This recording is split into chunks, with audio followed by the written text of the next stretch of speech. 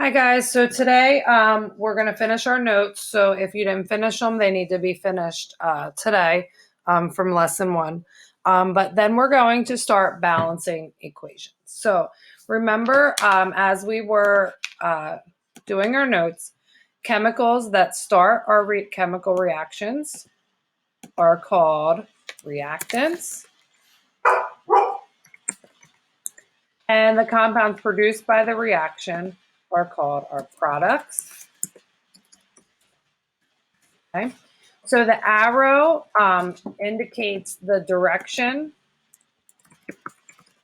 of the reaction. So remember, the reactants are on the left and the products are on the right. So in this equation below, first we need to designate the reactants. So here are our reactants on the left-hand side. So the first reactant, I need to make this a little smaller, sorry, is hydrogen. And the second reactant would be oxygen. On the products, same thing. We're going to look over here what elements are in our products. And this one we have H also and O. So remember, the law of conservation of mass says that whatever goes into our reaction also comes out of our reaction. So we should have the same elements on both sides. So then I want you to look and tell me how many hydrogen are in the reactants.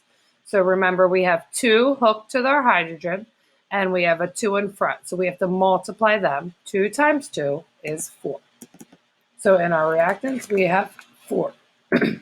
On the other side of the equation, the same thing. I know this 2 is now hooked to the entire molecule of water, but we still need to multiply it. So 2 times 2 is also 4. Okay. Now we want to look at our oxygen atoms. How many oxygen are on this side of the equation? So there's no number in front of O, so we only look at the number after, and there are 2. Here, we don't have any number after the O, but we have a number before the whole molecule. So because the number is before the whole molecule, it has to be distributed to the whole molecule. So basically a 1. So we have a 1 oxygen here, and we times it by 2. 1 times 2 is 2. So we want to make sure that we are equal on both sides. So our hydrogens are equal, and so are our oxygens. All right, the next one has a lot of stuff going on. So first we need to talk about what are the reactants. So our reactants are Fe, H, S, and O. So remember, if it's just a capital, that is an element. If it has a lowercase hook to a capital, that is also the element. So depending on the thing, let's look at the other side. First we have Fe, then we have S, then we have O, and then we have H. So same elements on each side, I just wrote them in the different order. Now we need to list the atoms on each side of the reaction. So Fe has a 2 in front of it, but no number after it. So 2 times 1 is, we know we have 2. Hydrogen has a 2 after it and a 3 in front of it. So 3 times 2 would be 6. Sulfur has no number behind it, but it has a 3 in front of it. So 3 times 1 is 3. And then oxygen has a 4 after it, and also a 3 in front of it. So 3 times 4 is 12. Now let's count on the other side.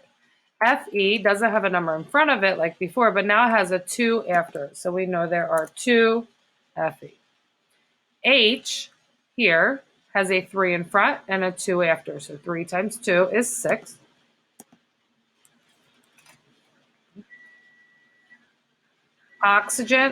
Sulfur has no number here, but is a 3 outside of the parentheses. So just like math, 3 times 1 is 3. And oxygen does not have, it has a number next to it, 4, and a 3 after it. So 4 times 3 is 12. Okay. Now, you can look at your numbers, and these are equal. So there's 2 and 2, 6 and 6, 3 and 3, and 12 and 12.